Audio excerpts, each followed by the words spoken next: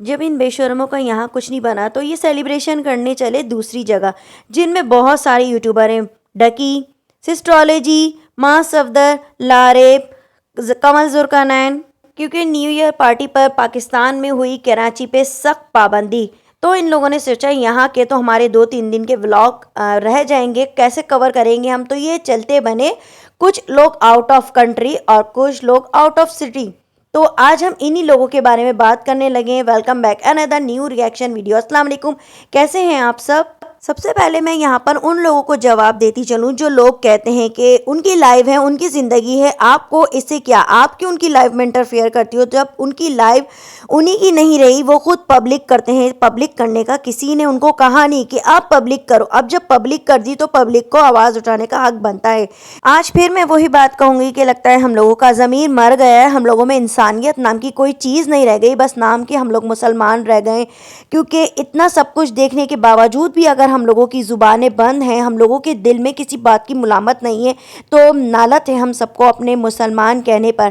क्योंकि जब बात की जाए फ़लस्तीन पर, जहाँ रोज़ के रोज़ मुसलमानों का किस कदर बेरहमी से कत्ल किया जा रहा है, जिस तरह से उनको रोंदा जा रहा है, उन सब के ऊपर जुल्म किए जा रहे हैं, तो कैसे हम लोगों का ज़मीर गवारा करता है। मासूम बच्चों की जानें जा रही हैं, उनको कहीं का नहीं रखा जा रहा। तो अब आप बताओ, क्या हम ये सब कुछ देख के हम लोगों का दिल करता है कि हम लोग खुशियाँ मनाएं या ऐसे दिन सेलिब्रेट करें? नहीं। जब इतनी लाशें, इतना खून देख के कि मुसलमान बेजा मर रहे हैं, तो हर एक को आवाज़ उठानी चाहिए। यहाँ पर बैंड किया गया कि न्यू ईयर नाइट पर पाबंदी होगी, क्योंकि सारे लोग फ़लस्तीन पे के मरने वालों के गम में शरीक हैं। यहाँ कोई खुशियाँ नहीं मनाई जाएगी। और ऐसा ही हुआ, कराची पर बड़ी से बड़ी जगह पर पाबंदियाँ लगी, लोगों ने कोई भी सेलिब्रेशन नहीं करी। यहाँ पर खुद मैंने देखा, पर्सनली निकल के रोडों पे कोई लाइटिंग नहीं थी, बहुत ज़्यादा सख्ती थी। जो कि इतनी बड़ी कराची में जगह है बैरिया टाउन, वहाँ पर एक लाइटिंग का नामो निशान नहीं था। लेकिन जब इन जैसे भेड़िए यूट्यूबर्स ने देखा कि हमारी इन सब ब्लॉग पे पाबंदी लग रही है, कैसे बनाएंगे हम, कैसे हड़ाहुड़ी दिखाएंगे, क्योंकि इनका लाइफ स्टाइल यही है, हड़ाहुड़ी दिखाना, अपनी लग्जरी लाइफ दिखाना, उसमें नाचना, गाना, ठुमकना। अगर ये नहीं दिखा पाएंगे तो इनका ब्लॉग कैसे चलेगा, कैसे इनको व्यूज़ आएंगे, कैसे इनको डॉलर आएंगे। तो इन्होंने प्लानिंग की, कुछ ने तो आउट ऑफ कंट्री का प्लान बनाया कि भाई न्यू ईयर नाइट वहाँ सेलिब्रेट करेंगे, जिसमें शामिल हैं ख़ास तौर पे डकी और सिस्ट्रोलॉजी। आप लोगों ने खुद देखा कि उन्होंने दुबई में जाके किस तरह से अपनी न्यू ईयर नाइट को सेलिब्रेट किया।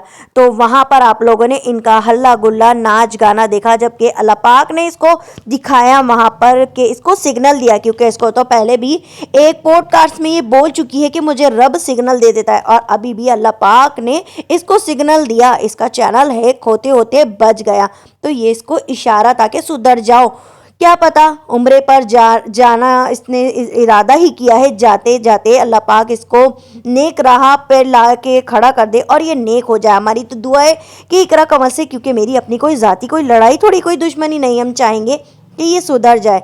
तो और फिर दूसरी तरफ आ जाते हैं डकी। डकी का तो कंटेंट ही है ये, इसको तो दिखाना ही यही नाच गाना होता है। फिर दूसरी तरफ आ जाते हैं ये माँ सफदर, ये तो है ही नचना, जब तक इसने नाच गाना नहीं दिखाया। क्योंकि इसके अंदर जो आत्मा है टिकटॉकर की, तो इसने नाच गाना तो वहाँ भी किया हुआ था काफ़ी टाइम से। ये बहुत ज़्यादा जो है ना व्लॉग में ये खामोश था, इसके ठुमके ठमाके देख नहीं रहा था कोई। तो इसको एक ये वाला मौका मिला कि भाई न्यू ईयर नाइट पे मैं अपने अच्छे खासे ठुमके दिखा सकता हूँ। फिर इसने लिया लारेब। लारेब तो इसका चड्डी पार्टनर है टिकटॉक पर, यह भी नाच ही करता रहा। फिर इनके साथ हो लिए जी कमल जुर्कनैन, ये भी किसी नाचने ठुमकने से कम नहीं है, ये आगे आपको व्लॉग में नाचते ठुमकते नजर आएंगे। जबकि यहाँ पर पाबंदी लगी थी कि भाई उनके गम में आप लोगों ने बराबर के शरीक रहना है। तो फिर ये कैसे मुसलमान है। और इनको गुस्से का इजहार भी किया, काफ़ी सारे लोगों ने हेट कमेंट्स किए। ये लोग कौन से कमेंट्स देखते हैं, असल में कसूर इन्हीं लोगों का है। इन्होंने जिस हमारी आवाम को, जिस जनरेशन को इन सब चीज़ों पे लगाया हुआ है, वो है कम एज के लोग। क्योंकि मैं अपने पहले भी व्लॉग में आप लोगों को बता चुकी हूँ, अंडर 18 टू 25 लोग अगर आप किसी भी बात को समझाने उनको बैठ जाएं, उनकी समझ में ये सारी चीज़ें नहीं आएंगी। क्योंकि ना ही उनको अभी दीन की समझ है, और ना ही दुनिया के कोई चालाकियों को वो इतना सब कुछ जानते। तो ये बिल्कुल कोरे माइंड के बच्चे होते हैं, इनको हम अगर कोई बात समझाएंगे तो वाकई में इनकी समझ में नहीं आएगी। तो फिर ये इसी तरह रिएक्शन वालों की जो भी रिएक्शन देता है ना, उनकी वीडियोस में आके बहुत गंदी गंदी बातें लिखते हैं। तो मैं यही कहूँगी, ये कसूर उन बेचारे बच्चों का नहीं है, उस जनरेशन का नहीं है, कसूर इन जैसे ही बेहुदा और बकवास यूट्यूबर का है, जिन्होंने हमारी जनरेशन को हाईजैक किया हुआ, उनके दिमागों को अपनी लाइफ दिखा दिखा के। आप देखें क्या दिखा रहे हैं, ये अपने कंटेंट में दिखा क्या रहे होते हैं। डेली आप इनके व्लॉग उठा के देख लें, आज यहाँ शॉपिंग, आज हमने ये ले लिया, आज वो ले लिया, आज इसका सरप्राइज़ है, आज उसका सरप्राइज़ है, आज ये कार ले लिए, आज वाली कार सेल कर रहे हैं, आज इस कार में मसला है।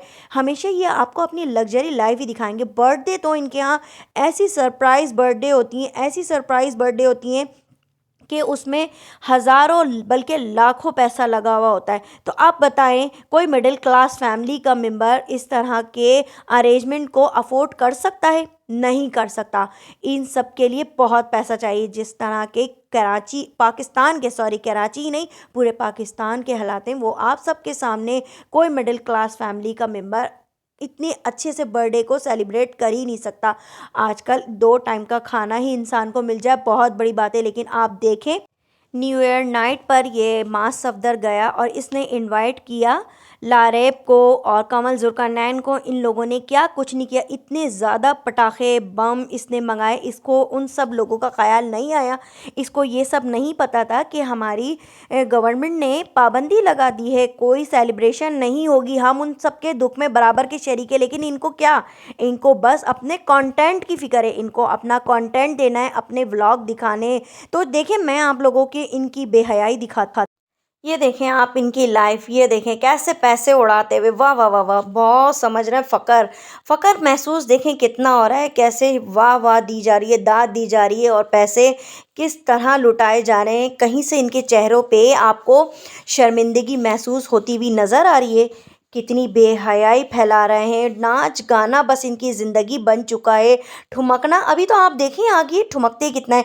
और जितने बम धमाके इस मास सफदर ने मंगाए थे अपने रिसॉर्ट पर जाकर, ये भी आपने इसके व्लॉग में यकीनन मुलाहिजा किया ही होगा।